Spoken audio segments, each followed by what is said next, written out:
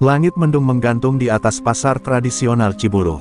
Suasana pagi yang biasanya riuh oleh suara pedagang dan pembeli hari itu terasa lebih sunyi, seolah udara pun menahan napas.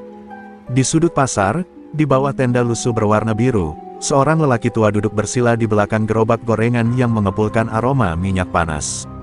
Dialah kakek Topan, penjual bakwan, tempe, dan cireng yang telah bertahun-tahun menjadi saksi bisu kehidupan pasar itu. Wajahnya keriput, rambutnya memutih seluruhnya, tapi sorot matanya masih tajam seperti pisau yang baru diasah. Suara langkah berat terdengar mendekat. Pedagang sekitar buru-buru menunduk, sebagian menyingkir, dan beberapa menarik kain lapak mereka seolah ingin bersembunyi. 5 orang lelaki bertubuh kekar, bertato, dan bermuka garang melangkah ke tengah pasar seperti kawanan anjing lapar. Di tengah mereka, berdiri seorang pria berkepala pelontos, dengan tatapan dingin dan senyum miring yang menyebalkan, Joko Gundul, preman penguasa pasar Ciburuh. Joko berhenti di depan lapak gorengan kakek Topan. Ia menyeringai sambil menguap, seolah kedatangannya adalah rutinitas biasa yang tak perlu dibesar-besarkan.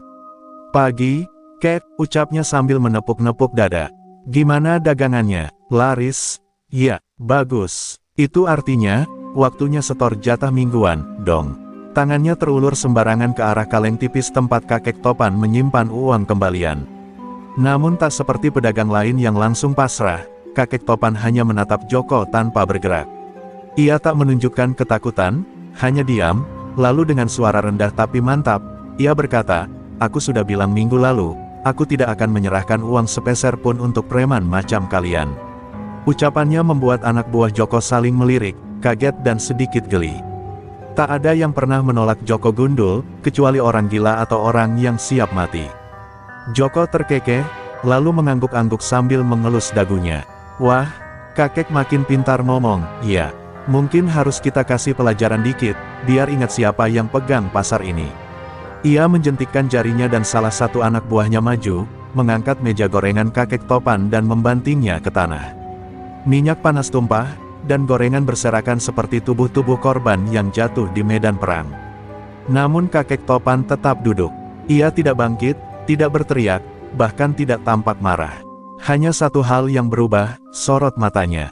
Matanya menyala sekilas, bukan karena api atau cahaya, tapi karena sesuatu yang jauh lebih dalam, seolah ada bara yang sudah lama disimpan dan kini mulai hidup kembali. "Kau sudah salah langkah, Joko," katanya pelan, namun mengandung ancaman yang tak bisa dijelaskan dengan kata-kata biasa. Joko membungkuk, mendekatkan wajahnya ke arah sang kakek. "Kau mau main ilmu-ilmuwan, Kek? Mau sok sakti? Nih pasar bukan tempat dukun tua pamer jurus." Ia tertawa sambil menepuk bahu anak buahnya, lalu berbalik meninggalkan lapak yang hancur. Tapi saat melangkah pergi, angin berhembus aneh, membawa panas yang tak wajar di tengah udara yang mendung. Joko sempat menoleh, merasa seperti disentuh sesuatu, tapi tak ada apa-apa. Dari jauh, beberapa pedagang berbisik, dia berani melawan kakek Topan, dia nggak tahu siapa sebenarnya kakek itu. Dan di tempatnya yang porak-poranda, kakek Topan menggenggam jemarinya erat-erat, berusaha menahan sesuatu yang ingin ia lepaskan. Sesuatu yang sudah bertahun-tahun terkunci, tapak geni. Pasar Ciburuh masih menyisakan jejak amarah pagi tadi. Para pedagang menata ulang lapak mereka dalam diam, enggan berbicara soal insiden yang baru saja terjadi. Tapi semua mata tahu, ini bukan sekadar keributan kecil. Ini adalah awal dari badai besar. Di pojok terminal kecil di belakang pasar, Joko Gundul duduk santai di warung kopi, tertawa lebar bersama anak buahnya. Sambil membakar rokok kretek, bagi mereka, menghancurkan lapak orang tua bukan kejahatan, itu seni mempertahankan kekuasaan. Joko bukan preman sembarangan. Dulu dia hanya tukang parkir gelap, hidup dari recehan. Tapi dunia yang keras menempanya jadi binatang jalanan. Ia naik pangkat dengan menyikut preman-preman lain, bahkan menyingkirkan gurunya sendiri dalam duel berdarah. Sejak itu, nama Joko Gundul menjadi legenda kelam di lingkaran kriminal pasar-pasar kecil wilayah utara. Ia tak hanya menakuti orang dengan otot, tapi juga dengan kebengisan yang tak bisa diukur akal sehat. "Gua heran," gumamnya sambil menyeruput kopi, "itu kakek bisa-bisanya songong sama gue. Padahal tinggal satu kaki di kuburan." Anak buahnya tertawa terbahak, tapi salah satu dari mereka, Bram, tampak gelisah. Ia mengingat tatapan mata kakek topan, bukan tatapan orang takut, melainkan seperti sedang mengukur nyawa lawannya. "Bang, serius, tuh kakek aneh," kata Bram pelan. "Waktu gua lempar meja, dia kayak enggak kaget. Matanya, kayak bukan mata orang biasa." Joko membanting cangkir ke meja, membuat semua terdiam. "Lu pikir gue takut sama kakek-kakek renta? Jangan bawa-bawa mistik di depan gue. Gue udah lawan orang beneran sakti, dan semua akhirnya tunduk juga." Tapi saat malam datang dan pasar mulai sepi, para pedagang saling bisik-bisik.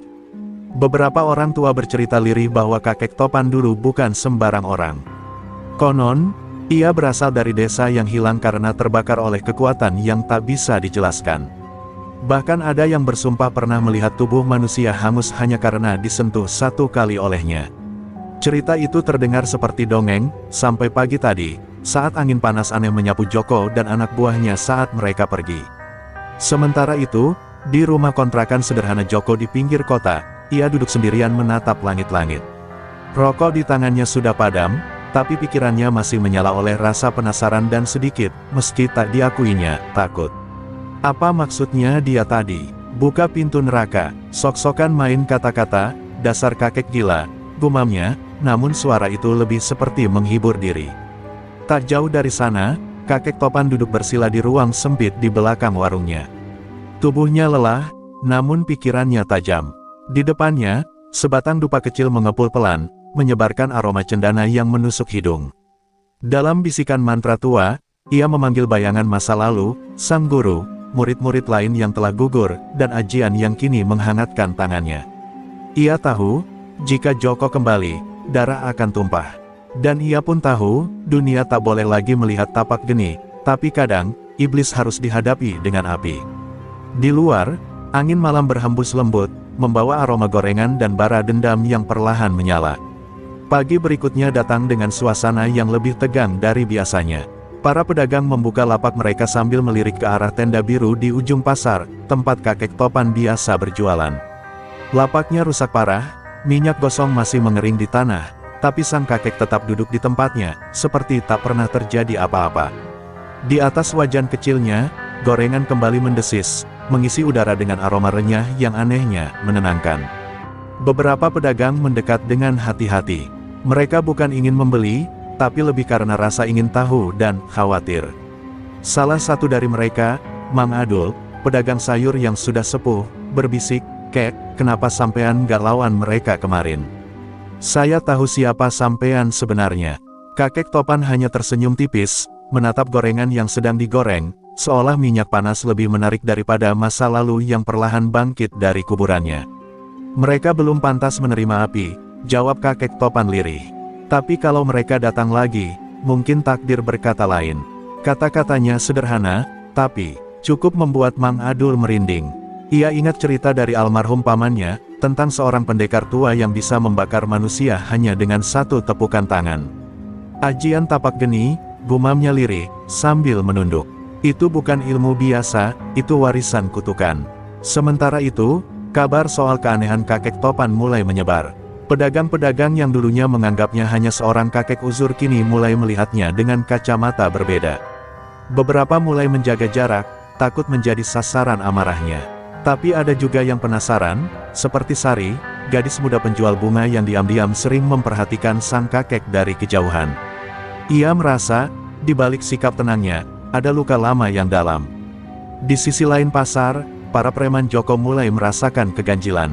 Dua anak buah Joko, Tony dan Rido, mengaku sering mimpi buruk sejak merusak lapak kakek topan. Dalam mimpi mereka, ada tangan tua yang menyala seperti bara, mengejar mereka di lorong gelap penuh asap. Ketika Joko mendengar itu, ia marah bukan main. "Cuma mimpi goblok, jangan pada lembek, kita harus bikin dia jera." Tapi dalam hatinya, Joko mulai merasa ada yang tak beres. Malam harinya, Sari nekat menghampiri kakek topan yang sedang menutup lapak. "Kakek, maaf. Saya ingin tahu, kenapa kakek enggak takut sama Joko?"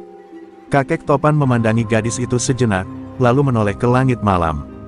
"Karena aku sudah pernah melihat iblis yang lebih buruk dari dia, dan aku sudah membakarnya hidup-hidup."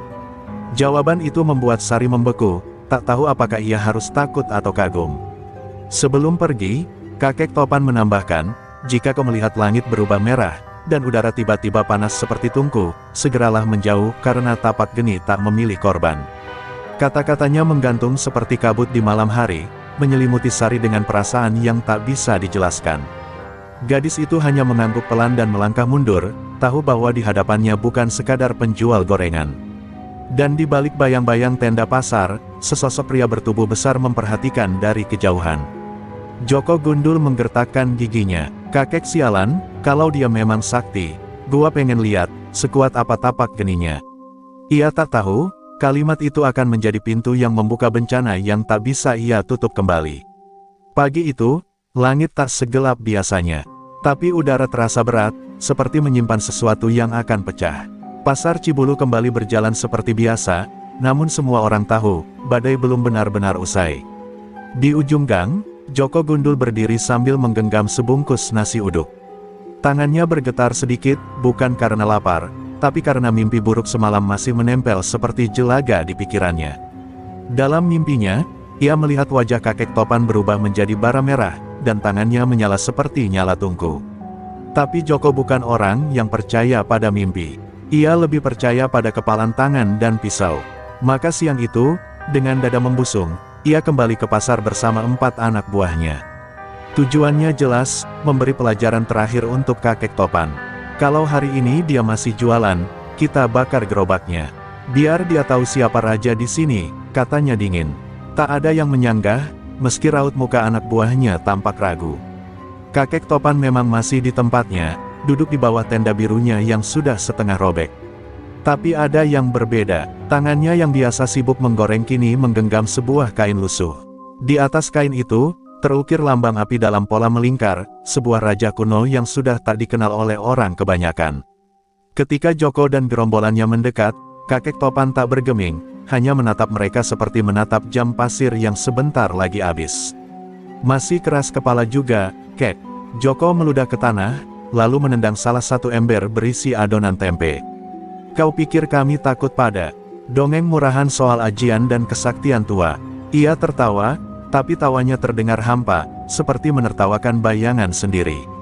Kakek Topan tidak menjawab. Ia berdiri perlahan, mendekat 1 langkah, lalu berkata lirih namun tegas, kau terlalu banyak bicara, dan terlalu sedikit mendengar angin. Tiba-tiba angin berhembus kencang, padahal langit cerah tanpa mendung. Daun-daun beterbangan, beberapa lapak roboh karena terpaan mendadak itu.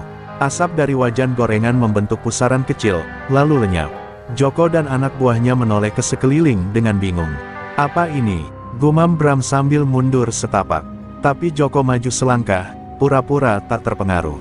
Lalu terjadi hal yang membuat semua terdiam. Ujung tangan kanan kakek Topan memerah, seperti bara membara di bawah kulitnya. Asap tipis mengepul dari sela-sela jarinya. Ia mengangkat telapak tangannya ke arah langit, dan seketika seekor burung hitam yang melintas di atas mereka terjatuh dan terbakar di udara, tubuhnya hangus sebelum menyentuh tanah. Tak ada suara, hanya ketakutan yang menelan semuanya dalam hening yang menyesakkan. Ini baru peringatan, ujar kakek Topan sambil menurunkan tangannya. Aku masih menahan tangan ini karena aku belum ingin melihat pasar ini berubah jadi lautan api. Tatapannya menyapu ke arah Joko dan para anak buahnya yang kini berdiri terpaku, wajah mereka pucat seperti orang kehilangan arah. Tapi jika kau kembali membawa niat jahat, maka jangan salahkan aku jika neraka datang lebih cepat dari waktunya. Joko tak menjawab. Untuk pertama kalinya, matanya tak berani menatap langsung mata lelaki tua itu. Ia hanya memutar tubuhnya dan pergi, disusul anak buahnya tanpa sepatah kata pun. Tapi di dalam hatinya, dendam mulai berlipat. Dan dalam langkah-langkah mereka yang berat, terselip rasa takut yang tak bisa mereka buang. Mereka sudah melihatnya, tapak geni bukan legenda. Ia nyata, dan ia telah bangun. Malam itu, hujan turun tipis di atap warung yang telah ditutup. Di dalamnya, kakek Topan duduk sendiri dalam hening. Tangannya menggenggam raja tua yang tadi siang sempat ia buka di hadapan Joko. Di matanya terpantul cahaya lampu temaram, tapi pikirannya tidak di sini. Ia tenggelam ke masa lalu, ke tahun-tahun yang telah lama ia kubur dalam-dalam. Tahun di mana dunia belum mengenalnya sebagai penjual gorengan, melainkan sebagai Bayu Tapak Geni, pewaris ilmu yang hanya diturunkan pada 1 orang dalam tiap generasi. Dulu, Ia adalah pemuda tangguh yang berguru di lereng Gunung Kendalisada, tempat para pengemban ilmu langka menyepi dari hiruk-pikuk dunia. Gurunya, Ki Jagat Lelana, adalah pemilik asli ajian tapak geni, ilmu yang mampu mengubah tangan menjadi bara pembakar, bukan hanya jasad tapi juga jiwa. Tapak geni bukan ajian untuk membela diri semata. Ia adalah warisan kutukan. Sekali dipelajari, tanganmu tak hanya menjadi senjata, tapi juga beban sepanjang hidup. Bayu, nama kecil kakek topan, pada masa mudanya adalah murid terbaik, tapi juga paling berani. Ia menguasai dasar ajian dalam waktu setahun, sementara murid lain butuh 3 tahun lebih. Tapi keberaniannya berubah menjadi kesombongan. Pada suatu malam kelam, ia mencoba mengaktifkan inti kekuatan tapak geni tanpa izin gurunya. Ia berhasil, tapi tak sepenuhnya mengendalikannya. Dalam satu bentakan kemarahan, ia membakar sebuah desa kecil yang hanya bermaksud melindungi anak mereka dari murid-murid perguruan. 37 orang tewas malam itu. Bayi, ibu, petani, hingga hewan ternak. Semua jadi arang dalam sekejap. Bayu pingsan selama 3 hari, dan saat bangun, tangannya tak bisa berhenti mengepulkan asap. Ia memohon pada Ki Jagat Lelana untuk mencabut ilmunya, tapi sang guru hanya berkata, ilmu bisa diajarkan, tapi kutukan tak bisa dicabut. Kau telah membakar hidupmu sendiri. Bayu, sejak malam itu, ia mengembara, menyembunyikan jati diri, menyamar sebagai pedagang kecil, hingga akhirnya tiba di pasar Cibulu belasan tahun lalu. Ia hidup sederhana, menjauh dari konflik, menolak tawaran duel dari pendekar-pendekar yang penasaran, dan hanya menggunakan ilmunya sekali dalam 20 tahun, itu pun untuk menyelamatkan anak kecil dari gerombolan begal. Ia bersumpah pada diri sendiri, tapak geni tak akan pernah menyentuh manusia lagi. Tapi sumpah itu kini tergoyahkan. Joko Gundul telah melewati batas. Ia bukan sekadar preman kasar, ada kebencian dalam dirinya, ada amarah yang mirip dengan yang dulu pernah Bayu rasakan. Dan itu yang membuatnya takut. Karena ia tahu, dendam yang dilawan dengan api, akan menyisakan dunia yang tinggal abu. Tapi ia juga tahu, jika Joko tak dihentikan, pasar ini akan menjadi korban berikutnya, seperti desa yang dulu terbakar oleh ketidaksabarannya. Di luar, suara petir bergemuruh. Kakek topan menutup mata, lalu membuka telapak tangannya. Urat-uratnya menyala samar, merah seperti bara yang belum padam. Aku tak mau membunuh lagi, bisiknya pelan. Tapi jika harus, maka biarlah ini jadi terakhir kalinya tapak geni menyala. Dan malam itu, angin berdesir di pasar Cibulu, membawa aroma hangus yang tak berasal dari dapur manapun. Sejak insiden siang itu, nama kakek topan mulai bergaung seperti bisikan mistis di tiap sudut pasar Cibulu. Beberapa menyebutnya sakti, beberapa lainnya menganggapnya dukun tua yang sedang murka. Tapi bagi Joko Gundul, semua itu hanya satu hal, penghinaan. Ia telah dipermalukan di hadapan anak buahnya, di hadapan pasar yang selama ini tunduk di bawah kekuasaannya. Dan yang lebih membakar dadanya, semua itu dilakukan oleh seorang kakek renta yang bahkan tidak mengangkat kaki. Joko duduk di sudut warung remang-remang di pinggir rel kereta, wajahnya muram, mata merah menahan amarah yang hampir meledak. Di depannya, duduk 3 orang asing, bertubuh besar, dengan tatapan kosong yang tajam. Mereka bukan preman biasa, mereka adalah bekas anak didik dari padepokan hitam di luar kota, terkenal kejam dan tak mengenal belas kasihan. Aku ingin dia hilang, tapi bukan cuma mati, aku ingin dia merasakan neraka sebelum ajalnya datang, kata Joko dengan suara parau. Salah satu dari mereka, yang bernama Rengga, tertawa pendek. Kakek itu bukan orang biasa, Jo. Kalau benar dia pemilik ajian tapak geni, kau bukan lawannya. Bahkan kami pun, perlu hati-hati. Joko menggertakkan gigi. Aku tak peduli. Aku bayar kalian untuk menjatuhkannya. Gimanapun caranya. Rengga menatap 2 rekannya, lalu angguk pelan. Kalau begitu, kami akan mulai malam ini. Tapi kau harus siapkan satu hal, darah. Sementara itu, di lapak gorengannya, kakek topan mulai merasa hawa berbeda merayap di udara. Burung-burung malam yang biasa bersarang di atap pasar tak terdengar lagi. Kucing-kucing pasar sembunyi, bahkan angin pun diam, seolah enggan menyentuh tanah. Ia tahu tanda-tanda ini, bukan preman pasar yang akan datang padanya malam ini. Bukan Joko dan tinjunya, tapi sesuatu yang lebih kelam. Sesuatu yang sudah lama tak menyentuh tanah Cibulu, ilmu hitam. Sari, gadis penjual bunga, melihat kakek itu sedang duduk bersila di depan wajan kosong.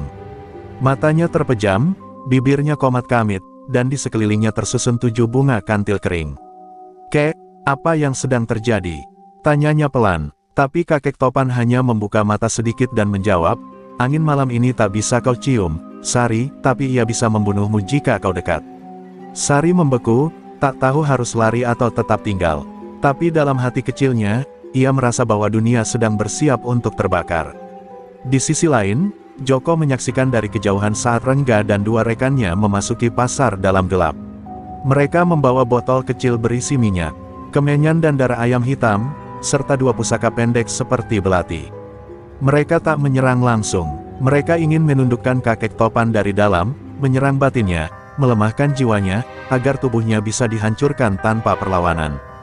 "Jika kami berhasil, tubuhnya akan lemas seperti mayat, dan tapak geninya tak akan bisa dinyalakan," bisik Rengga sebelum bergerak. Namun mereka tidak tahu, bahwa walau tubuhnya tua dan usangnya sudah dipeluk waktu, jiwa kakek topan telah melewati badai yang lebih mengerikan dari ilmu apapun yang mereka miliki. Ketika 3 bayangan itu melangkah di antara gelap dan diam, tiba-tiba langit berubah kemerahan. Udara jadi panas, dan suara kecil terdengar, pelan tapi cukup untuk menggetarkan tanah di bawah mereka. "Aku sudah pernah membakar manusia yang lebih kuat dari kalian." Dalam hitungan detik, langit Cibulu memancarkan semburat merah darah. Tanpa disentuh api, pohon pisang di belakang pasar gosong. Tanah di bawah kaki ketiga tamu malam itu mulai retak dan menghitam. Joko, yang menyaksikan dari kejauhan, jatuh terduduk, napasnya tersengal. Ia baru sadar, ini bukan tentang siapa yang lebih kuat atau siapa yang lebih kejam. Ini tentang apa yang tak boleh dibangkitkan, dan ia baru saja mengguncang makamnya. 3 sosok bayangan itu berdiri kaku di hadapan lapak kakek topan, tubuh mereka seperti menyatu dengan gelapnya malam. Uap kemenyan yang mengepul dari botol kecil di tangan Rengga perlahan membentuk wajah-wajah mengerikan, jeritan-jeritan dari alam tak kasat mata.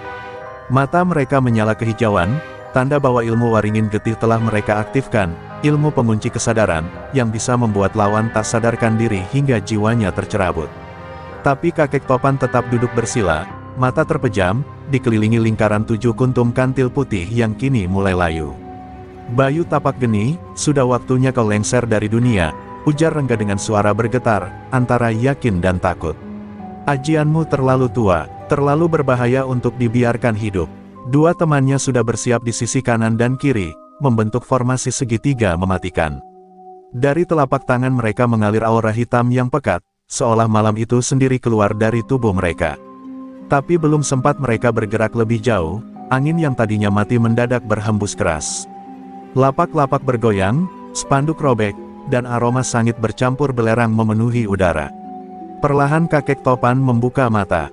Di dalam matanya bukan lagi keriput dan usia tua, tapi bara. Bara yang menyala diam-diam, menyimpan amarah dari masa silam. "Aku bukan guru, bukan pendekar, bukan juga penantang. Aku hanyalah penjaga. Tapi jika kalian ingin membuka gerbang neraka," ia berdiri perlahan. Suaranya pelan namun memukul batin, "maka kalian akan jadi lilin pertama yang meleleh." Tangan kirinya terangkat, api tipis, hampir tak kasat mata, menyala dari ujung jarinya. Api itu bukan panas biasa, ia memancarkan energi yang membuat dada sesak, seperti ditusuk dari dalam. 3 bayangan itu menyerbu serentak, mengerahkan kekuatan penuh. Langkah kaki mereka tak bersuara, bayangan mereka terbelah menjadi 3, lalu 9, lalu 12. Mata manusia tak akan mampu membedakan mana tubuh, mana ilusi. Tapi kakek topan hanya menghela napas pelan, dan menepukkan tangannya ke tanah. Seketika itu juga, bumi bergetar. Retakan kecil membentuk garis lurus menuju masing-masing penyerang. Saat retakan menyentuh kaki mereka, nyala api merah darah melonjak dari dalam tanah, membungkus tubuh-tubuh itu seperti ular membelit mangsanya. 2 dari mereka berteriak, bukan karena luka, tapi karena jiwa mereka terbakar lebih dulu dari tubuhnya. Yang tersisa hanya Rengga, tubuhnya menggigil, lututnya nyaris tak mampu menopang beban tubuh sendiri. "Aku tahu siapa gurumu, Rengga," ujar kakek topan sambil melangkah pelan. "Ki Suralodra. Dulu, ia saudara seperguruan guruku. Tapi ia memilih jalan yang membuat murid-muridnya haus darah. Kini lihat, kau dikirim seperti binatang, hanya untuk mati tanpa nama." Rengga berusaha mundur, Tapi api di sekelilingnya membentuk lingkaran yang memenjarakan langkahnya. Ia menunduk, menahan air mata. Ampuni aku hanya disuruh. Kakek topan berdiri tepat di depannya. Ia menatap pemuda itu lama, lalu menurunkan tangannya. Api menghilang dalam sekejap, menyisakan tanah yang hitam dan berasap. Pulanglah, katanya pelan, dan katakan pada gurumu, dan pada Joko Gundul, bahwa jika mereka ingin membuka gerbang neraka lagi, maka aku akan menyambut mereka bukan sebagai penjaga pasar, tapi sebagai pemilik kunci. Renggat terdiam, lalu bangkit perlahan dan berlari tanpa menoleh lagi. Di langit, bulan terhalang awan kelabu, seolah ikut menyembunyikan kejadian yang tak boleh dilihat manusia biasa. Dan malam itu, pasar Cibulu kembali sunyi. Tapi bukan karena damai, melainkan karena ketakutan. Semua makhluk, bahkan angin sekalipun, tahu, tapak geni telah menyala penuh. Dan dunia mungkin belum siap menerima panasnya. Di sebuah kamar sempit di belakang warung tuak, Joko Gundul menatap cermin pecah dengan napas memburu. Wajahnya penuh keringat, tapi bukan karena takut, melainkan karena kenangan yang mulai menyeruak dari balik lapisan kemarahan. Ia baru saja mendapat kabar bahwa 2 orang kepercayaannya tewas terbakar dan 1 lainnya melarikan diri dalam kondisi setengah gila. Dan untuk pertama kalinya dalam hidupnya, Joko merasa kecil, seperti anak kecil yang dulu pernah bersembunyi di balik anyaman lumbung, menyaksikan keluarganya terbakar hidup-hidup. "Ibu," bisiknya parau. Tangannya mengepal begitu kuat hingga kulitnya sobek. Di dalam pikirannya, terputar kembali kejadian 20 tahun silam. Malam yang seharusnya biasa, ketika sekelompok pendekar berilmu tinggi mengejar seseorang ke desanya. Tak ada yang tahu siapa buruan mereka, tapi akibatnya adalah kobaran api yang melahap rumah-rumah dan jerit tangis yang tak pernah padam. Dan di antara kobaran itu, ia melihatnya, seorang pria muda, dengan tangan menyala merah seperti api neraka. Itulah malam Joko kehilangan segalanya. Joko tak tahu siapa orang itu hingga baru-baru ini. Saat ia mulai menata kekuasaan di pasar, ia mendengar cerita tentang seorang penjual gorengan tua dengan ajian legendaris. Nama itu, Tapak Geni. Hatinya seketika mengeras. Rasa kehilangan yang selama ini ia kubur di bawah kekuasaan dan kekerasan kembali membuncah. Ia yakin, orang tua itu adalah api yang membakar keluarganya. Dan bagi Joko, api tak bisa ditebus dengan maaf. Api hanya bisa dibayar dengan api. Di saat yang sama, jauh di sudut pasar yang mulai tenang, kakek topan sedang duduk sendirian, merenung di bawah cahaya lampu petromak. Wajahnya murung, bukan karena kemenangan, tapi karena ia mulai sadar. Bocah itu, si Joko, gumamnya lirih. Ada sesuatu di mata pemuda itu, tatapan yang sama seperti yang ia lihat di cermin bertahun-tahun lalu, saat membakar desa dalam amarah dan kesombongan. Perlahan, potongan-potongan wajah masa lalu terangkai di kepalanya. Dan ia tersentak. Jangan-jangan, dia salah satu anak dari desa Pagersari. Tangannya gemetar. Jika benar, maka semua ini bukan hanya pertarungan antara preman dan penjaga pasar. Ini adalah pusaran dosa masa lalu yang kembali menuntut tebusan. Ia berdiri pelan, menatap langit yang mulai cerah. Dosa tak bisa ditebus dengan kekuatan. Tapi jika ia datang untuk membakar, maka aku tak bisa hanya diam. Tapi jauh dalam hatinya, ada luka yang lebih dalam dari rasa bersalah, ketakutan bahwa dirinya adalah alasan seseorang berubah menjadi iblis. Joko bangkit dari kursi dan meraih golok tua yang tergantung di dinding. Ia menatap bilahnya lama-lama, sebelum menyelipkannya ke balik jaket kulitnya. Tak ada lagi siasat, tak ada lagi anak buah. Besok pagi, saat matahari menyinari pasar, ia akan datang sendiri. Bukan sebagai preman, tapi sebagai anak yang menuntut dendam pada masa lalunya, dan pada bayangan yang dulu ia lihat membakar segalanya. Di luar, malam mulai surut, tapi hawa panas tetap menggantung di langit Cibulu. Seolah bumi sendiri tahu, esok hari, darah akan mengalir. Bukan karena kekuasaan, tapi karena dendam yang lahir dari luka. Dan luka itu, telah menjadi kutukan yang diwariskan antar generasi. Fajar menyingsing di atas pasar Cibulu dengan suasana yang ganjil. Tak ada suara pedagang yang ribut membuka lapak, tak ada teriakan ibu-ibu menawar harga. Semua diam, seperti pasar sedang menahan napas. Di tengah lapang pasar yang lengang, berdiri 2 sosok, satu tua, bersahaja dengan tangan terlipat di belakang punggung, dan satu lagi tegap penuh amarah, jaket kulitnya berkibar ditiup angin pagi. Joko Gundul berdiri tak jauh dari kakek topan, matanya menatap tajam seperti tombak siap menghunjam. "Akhirnya, aku menemukanmu," ucapnya pelan namun penuh dendam. Kakek topan menatapnya lama, seolah mencoba membaca masa kecil yang tersembunyi di balik wajah keras itu. "Namamu, Joko, bukan?" tanyanya lirih. Joko tak menjawab, hanya mengeluarkan golok panjang dari balik punggungnya dan menusukkannya ke tanah. "Aku tak datang untuk bicara. Aku datang untuk menyelesaikan apa yang kau mulai 20 tahun lalu, saat kau membakar kampungku dan membunuh ibuku."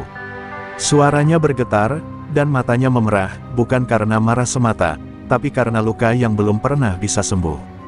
Ucapan itu menusuk hati kakek topan seperti pisau dingin. Ia menarik napas panjang, lalu menunduk dalam. "Pagersari, malam itu," gumamnya, hampir tak terdengar. "Aku muda, sombong, terlalu percaya diri dengan ajian yang kupelajari. Aku memburu seorang penjahat berilmu hitam, tapi aku membakar seluruh desa hanya demi menangkap satu orang." Ia menatap Joko, mata tuanya basah. "Aku pikir itu akan jadi kemenangan. Tapi ternyata, itu awal dari kutukanku." Joko melangkah maju, jaraknya kini hanya beberapa meter dari kakek topan. "Kau bicara soal kutukan. Aku tidur di bawah jembatan dengan bau gosong di hidungku selama bertahun-tahun.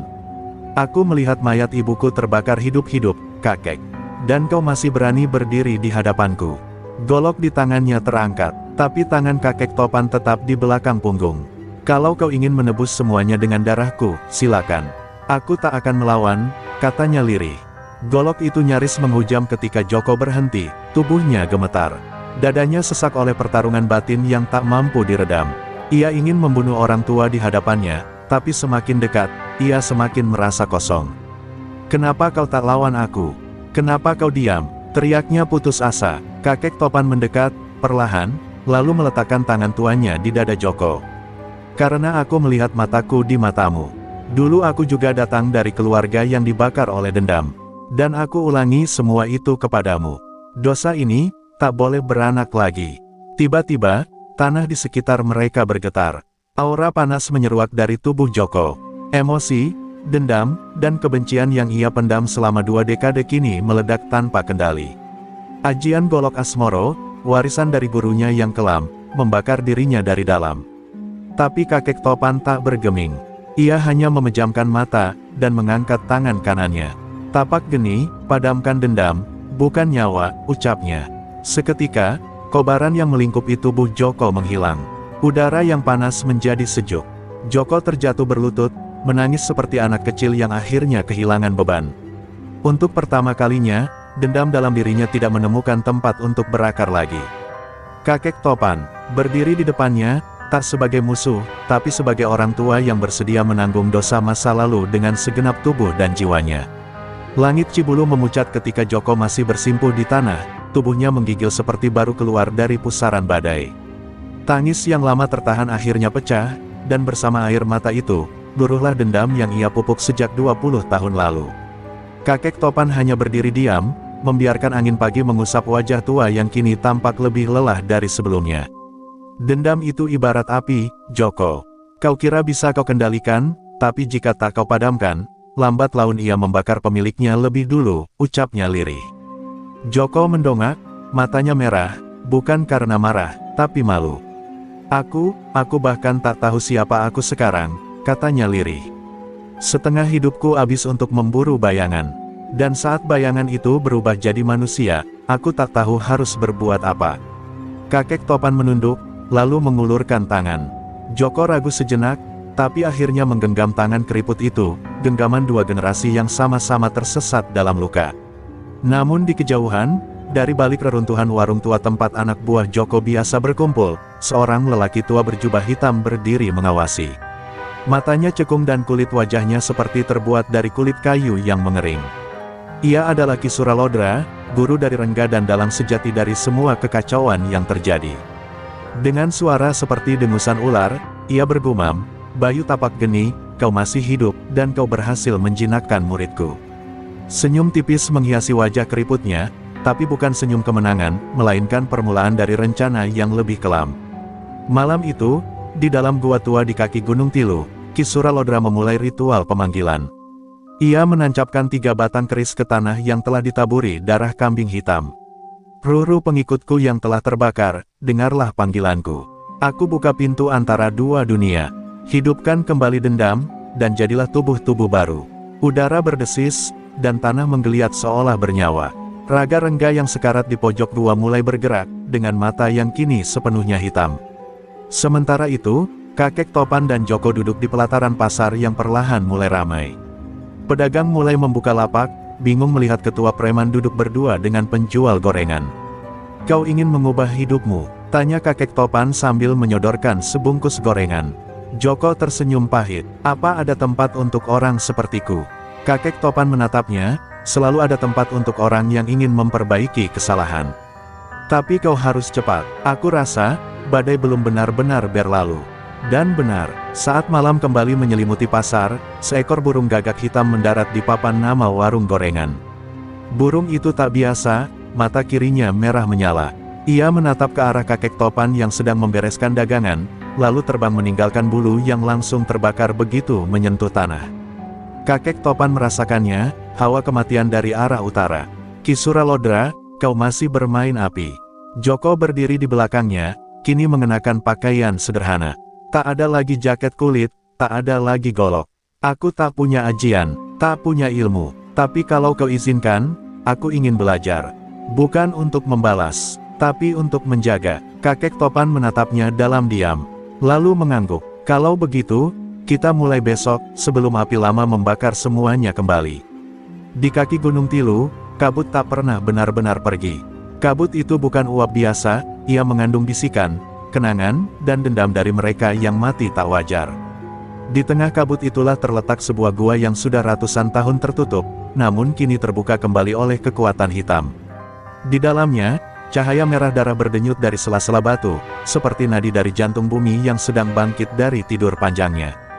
Dan di sanalah, Ki Suralodra berdiri, diapit oleh 3 bayangan tubuh yang belum sepenuhnya manusia. Rengga, anak buah Joko yang dulu terbakar oleh ajian tapak geni, kini berdiri kembali. Tapi tubuhnya tak lagi milik manusia biasa. Kulitnya kelam seperti arang, dan matanya seperti bara menyala tanpa jiwa. Di sampingnya, 2 sosok lain juga bangkit, si Ujang Lilit dan Komar Buntung, yang dulu mati mengenaskan di tangan kakek Topan. Mereka adalah prajurit bayangan yang kini menjadi wadah dari ruh-ruh gelap hasil pemanggilan Ki Suralodra.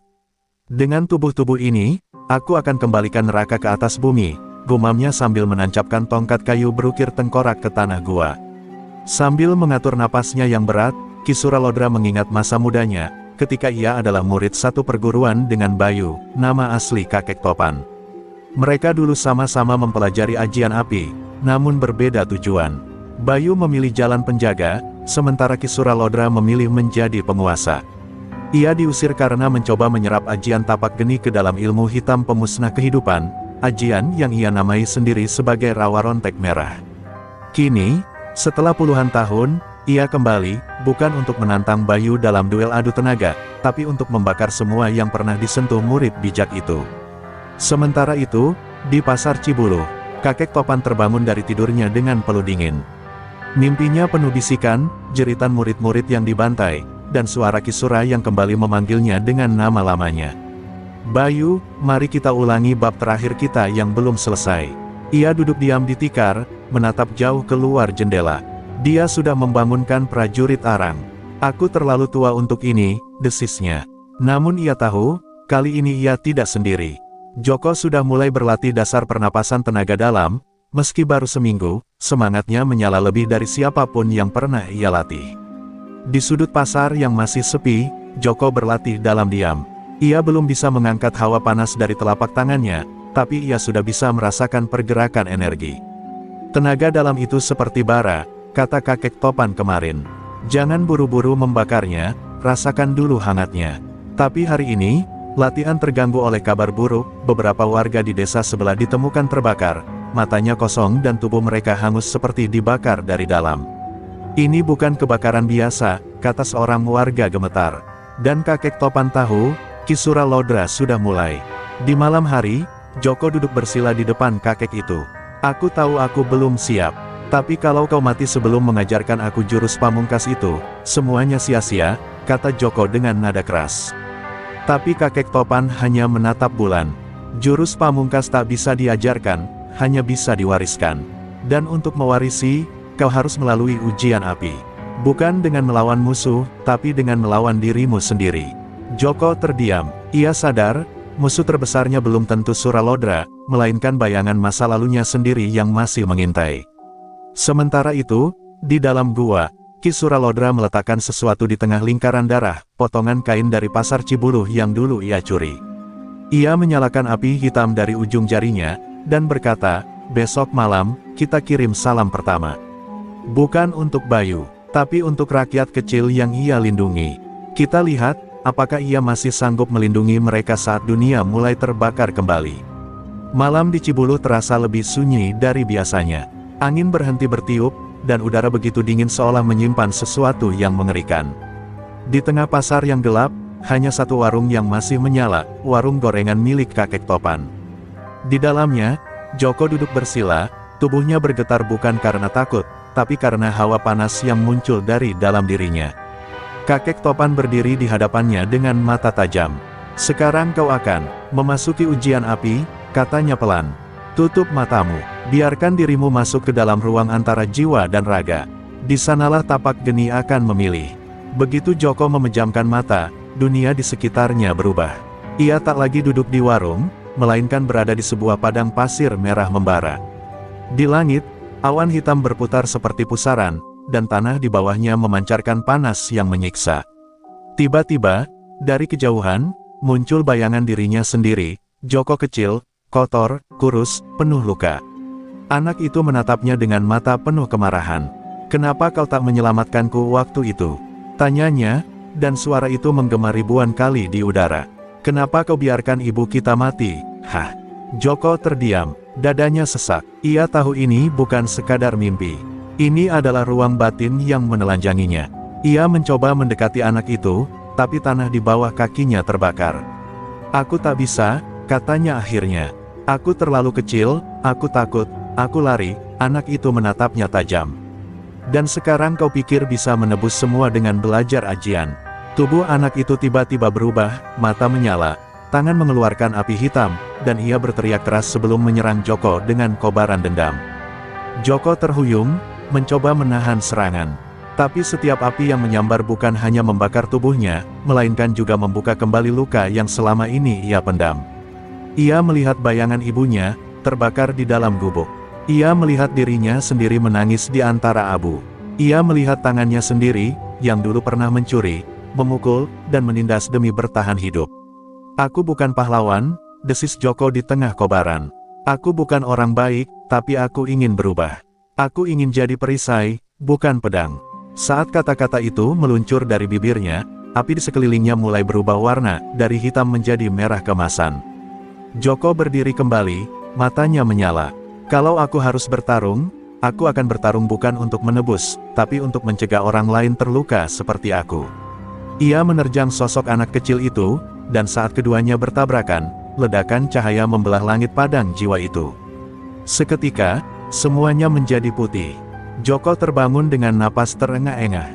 Tubuhnya basah oleh keringat, tapi telapak tangannya kini memancarkan cahaya merah hangat. Kakek Topan tersenyum kecil. Kau lulus, katanya pelan. Tapak geni tidak diwariskan kepada mereka yang kuat, tapi kepada mereka yang mampu memaafkan luka terdalamnya. Joko menatap tangannya sendiri, masih tak percaya. Untuk pertama kalinya, ia merasa tubuh dan jiwanya bersatu.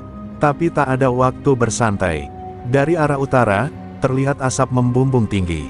Seorang warga datang berlari, napasnya mos-mosan. Desa Cilengkrang terbakar, tapi bukan api biasa, Pak. Api itu hidup, memburu orang. Kakek Topan berdiri, wajahnya tegang.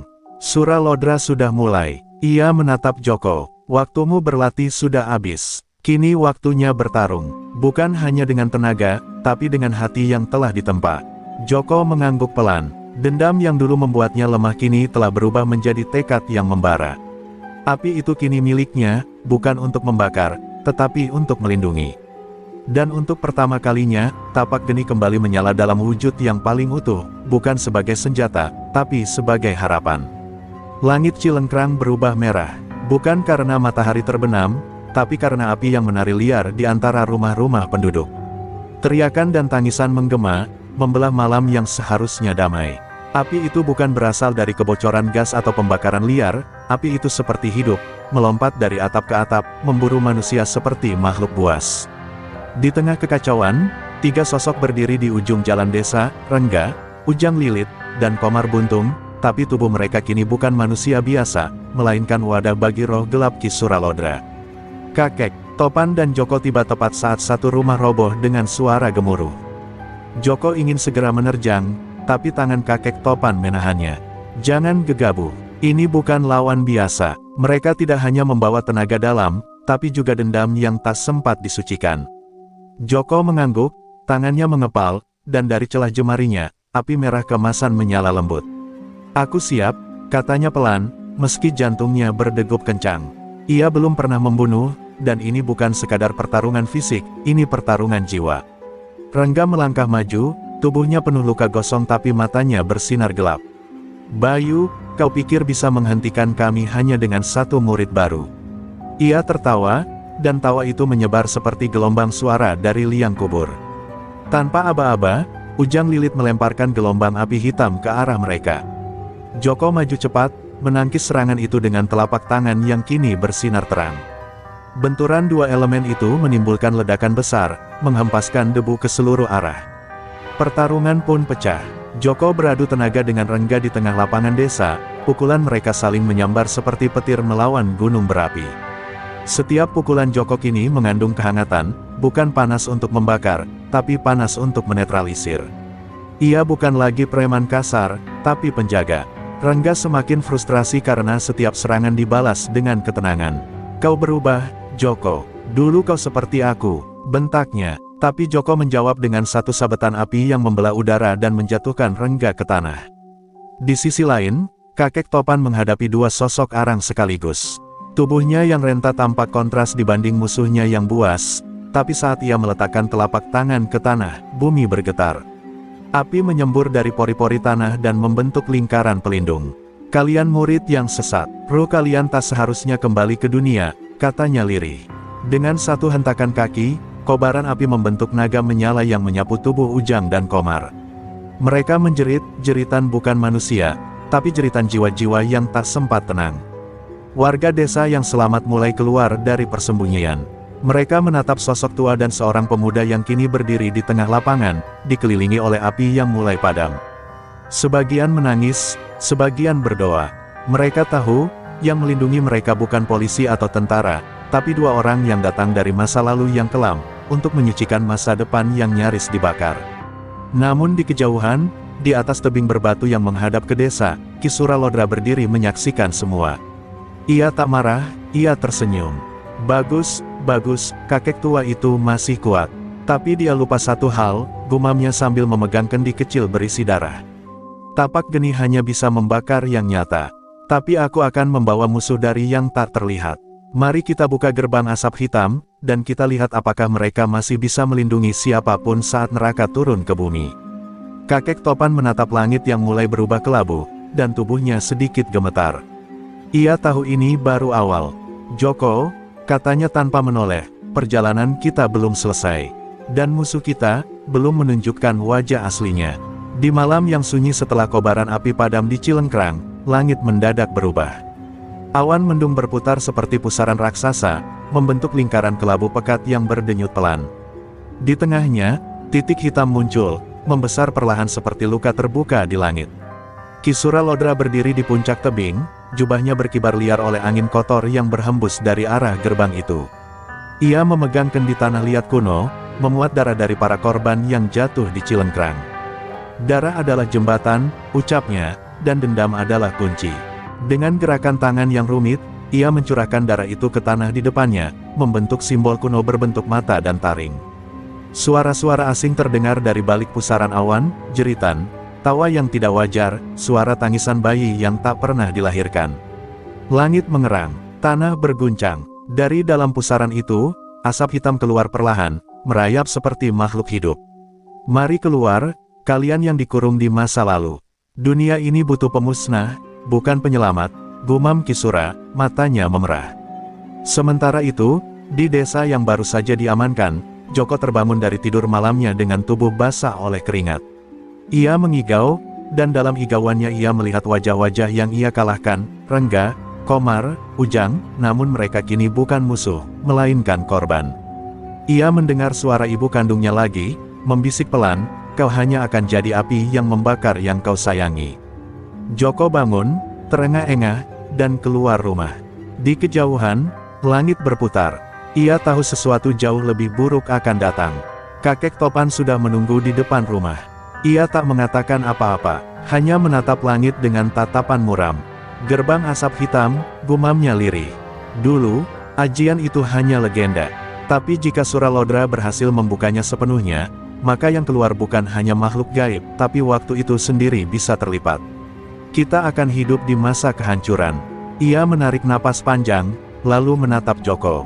"Kau harus melihat sendiri apa yang akan kita hadapi. Ikut aku ke hutan utara. Di sana, ada tempat yang bisa memperlihatkan kebenaran." Mereka berdua berjalan menuju hutan utara, melewati batu-batu tua yang tertutup lumut, dan akhirnya sampai di sebuah kolam kecil berbentuk lingkaran. Airnya tidak jernih, tapi memantulkan bayangan masa lalu. Dengan satu hentakan telapak ke tanah, kakek Topan mengaktifkan ajian Cakra Pangeling, ajian untuk membuka tabir waktu. Dalam air, Joko melihat perang puluhan tahun lalu, ketika para pendekar tua melawan kekuatan yang sama. Ia melihat Kisura muda, terluka, tapi tertawa saat ditinggalkan sendiri.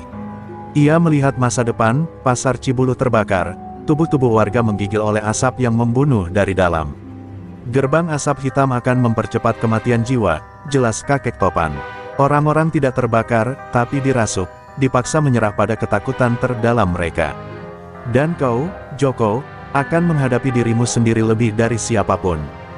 Joko menatap air itu, dan melihat dirinya, memegang tangan ibunya yang gosong. Ia menangis, tapi tangis itu bukan lagi lemah. Tangis itu adalah keheningan sebelum badai. Di sisi lain, Ki Suralodra mulai kehilangan kendali. Gerbang yang ia buka tumbuh lebih besar dari yang ia rancang. Asap-asap itu mulai menyusup ke kampung-kampung lain, merasuki tubuh-tubuh polos. Beberapa warga berubah menjadi seperti bayangan hitam, matanya kosong, tubuhnya mengejang seperti kesurupan. "Mereka belum siap, dunia belum siap," bisik Kisura dengan mata melotot. Tapi ia tersenyum, dan itulah tujuannya. Kakek Topan dan Joko kembali ke desa. Mereka tahu, waktu mereka hampir habis. "Kita harus menutup gerbang itu sebelum purnama berikutnya," kata kakek. "Tapi untuk melakukannya, kita harus menembus kabut dan menghadapi Suralodra di pusatnya." Joko mengepalkan tangan, api merah menyala dari telapaknya. Tapi kali ini bukan hanya satu tangan. Kedua tangannya bersinar, dan matanya pun mulai berubah, mewarisi sepenuhnya ajian yang hanya diwariskan satu kali seumur hidup. Tapak geni sejati telah bangkit. Pagi itu tidak cerah. Matahari tertutup kabut gelap yang menebal sejak malam sebelumnya. Desa-desa di kaki gunung mulai sunyi, bukan karena masih tidur, tapi karena penghuninya tak berani keluar rumah. Burung tak berkicau, angin tak bertiup, semua diam. Di batas timur desa, Joko dan kakek Topan berdiri menghadap hutan lebat yang kini dipenuhi kabut kehitaman. Udara di sana pekat dengan hawa gaib. Satu langkah ke dalam berarti tak bisa kembali tanpa luka, atau bahkan nyawa. "Kabut ini bukan cuma uap air," ujar kakek Topan dengan suara berat. "Ini kabut dari dunia bawah, berisi sisa-sisa jiwa yang tersesat. Semakin dalam kita masuk, semakin besar bayangan masa lalu menghantui." Ia menggenggam tasbih kayu cendana yang tergantung di lehernya dan membaca doa pelan. Joko diam, tapi matanya tak gentar. "Apapun yang ada di dalam, aku akan hadapi. Aku tidak mau Cibulu jadi korban lagi," katanya. Kakek Topan mengangguk, ia tahu tekad itu bukan lagi milik seorang preman, tapi seorang pewaris ajian suci. Langkah pertama mereka memasuki kabut seperti melangkah ke dunia lain. Pepohonan yang sebelumnya lebat berubah siluet, tanah yang mereka injak mendadak dingin seperti es. Suara-suara mulai terdengar, tangisan anak kecil, tawa perempuan tua, dan bisikan yang menyebut nama Joko berulang kali. "Joko, Joko, kau masih ingat siapa yang kau pukul saat mabuk? Siapa yang kau tinggalkan di selokan?" Joko terdiam, kakinya berat. Ia melihat bayangan masa lalunya sendiri, anak-anak yang ia peras, orang tua yang ia hardik, dan ibunya yang menangis dalam diam. Kabut ini bukan hanya uji kekuatan, tapi pengampunan yang belum tuntas.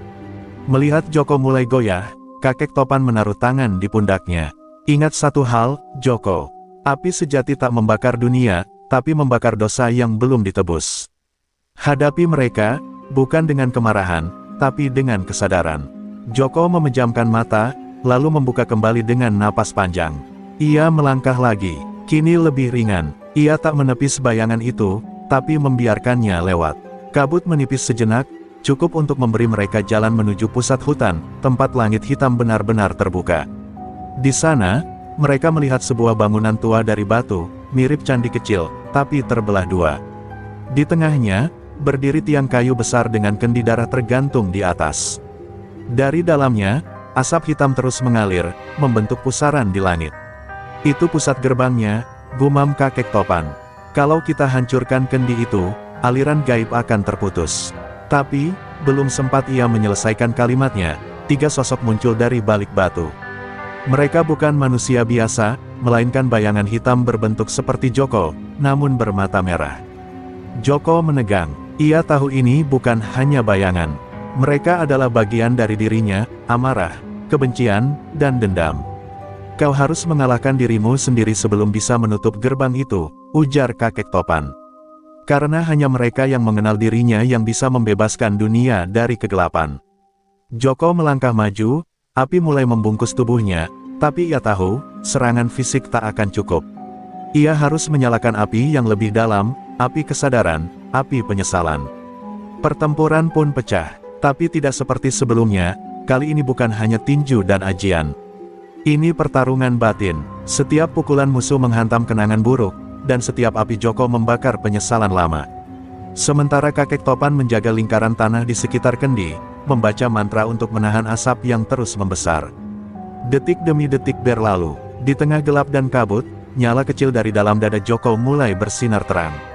Api itu bukan hanya ajian, tapi pengampunan terhadap dirinya sendiri. Dan di saat itulah, salah satu bayangan runtuh, lalu yang lain, lalu yang terakhir. Joko berdiri sendiri, tubuhnya lelah, tapi matanya jernih. Ia berbalik menatap kendi darah yang bergantung di udara. Akhirnya, gumamnya, kakek topan tersenyum pelan. Tinggal satu langkah lagi, cucuku, satu langkah menuju terang. Langit di atas hutan Cibuluh menggulung seperti air mendidih. Pusaran asap hitam yang keluar dari kendi darah semakin liar, menembus awan, mengguncang bumi. Getaran itu terasa sampai ke desa, genteng-genteng berjatuhan, hewan-hewan berlari panik. Di pusat kekacauan itu, Joko berdiri. Dengan napas berat, menatap kendi yang menggantung di atas tiang kayu. Di belakangnya, kakek topan masih menjaga lingkar mantra dengan tubuh yang mulai melemah. Cepat, Joko, sebelum gerbang sepenuhnya terbuka, katanya pelan. Joko melangkah maju. Api di kedua tangannya kini bukan sekadar ajian. Itu adalah api yang tumbuh dari penyesalan, tekad, dan cinta yang tertunda. Tapi saat ia hampir mencapai kendi itu, suara berat menggema dari langit. Ki Suralodra muncul, tubuhnya seperti menyatu dengan kabut. Matanya menyala, dan suaranya menggelegar seperti petir. Kau pikir kau bisa menghentikanku? Aku bukan sekadar manusia, aku warisan dari luka dan kebencian dunia. Dengan satu hentakan, Ki Sura menurunkan petir hitam ke arah Joko. Namun Joko menangkisnya dengan kedua tangannya, api merah dan biru berputar melawan kilat kegelapan. Tubuhnya terhempas beberapa langkah, namun ia bangkit lagi. Kau benar, Sura, katanya sambil berdiri. Kau warisan kebencian, tapi aku warisan dari mereka yang mencoba memaafkan, walau luka mereka tak pernah hilang. Suara itu menggetarkan bumi, bahkan kabut hitam bergelombang, gentar. Ki Sura melompat, menyerang dengan cakarnya yang memanjang seperti besi panas. Joko menghindar, dan pertempuran hebat pun pecah di tengah pusaran kabut. Serangan demi serangan meledak di antara mereka, api melawan bayangan, cahaya melawan gelap. Sementara itu, kakek topan, dengan tubuh yang semakin lemah, mulai merapalkan mantra terakhir. Ajian tapak geni paripurna, bangkitlah, jadi cahaya penutup malam. Darah menetes dari mulutnya, tapi ia terus membaca, menahan agar kabut tak menyebar. Di momen kritis, Ki Sura berhasil menancapkan cakar di dada Joko. Darah memancar, tubuhnya terhempas ke tanah. Tapi dari luka itu, justru api terbesar menyala, api yang tak bisa dipadamkan. Kau telah menusuk hatiku, dan disitulah tapak geni sejati tinggal, kata Joko dengan suara pelan namun bergema. Ia bangkit sekali lagi, tubuhnya dikelilingi nyala merah keemasan, seperti mentari di dalam manusia. Ia melompat ke arah kendi, mengabaikan serangan Sura yang terakhir. Dengan satu hantaman kedua tangannya, Joko menghancurkan kendi darah. Ledakan cahaya merah membumbung ke langit, mengoyak pusaran asap. Jeritan makhluk-makhluk gaib terdengar nyaring sebelum mereka tertelan cahaya. Ki Sura berteriak terakhir kalinya sebelum tubuhnya terpecah menjadi debu yang diterbangkan angin. Gerbang hitam itu runtuh, tertutup selamanya. Hutan kembali sunyi, langit menjadi biru, kabut menghilang. Joko jatuh berlutut, tubuhnya gemetar. Di sisinya, kakek topan mendekat dengan langkah goyah. Kau berhasil, cucuku, bukan karena kekuatanmu, tapi karena kau tak lari dari siapa dirimu. Joko menatap langit, air mata mengalir perlahan. Aku bukan orang baik, tapi aku akan terus mencoba. Kakek topan tersenyum pelan. Itu yang membuatmu layak menjadi penjaga ajian tapak geni. Dari kejauhan, matahari pagi terbit perlahan, menandakan hari baru bagi Ciburuh. Dan di jalanan kecil desa, seorang penjual gorengan tua kembali membuka lapaknya. Warga berdatangan, menyapa dengan senyum lega. Tak ada yang tahu, bahwa di balik tangan keriput itu, tersimpan ajian tertua yang baru saja menyelamatkan dunia. Tapi itulah Cibuluh, tempat di mana legenda hidup berdampingan dengan harapan, dalam wujud yang tak pernah disangka-sangka.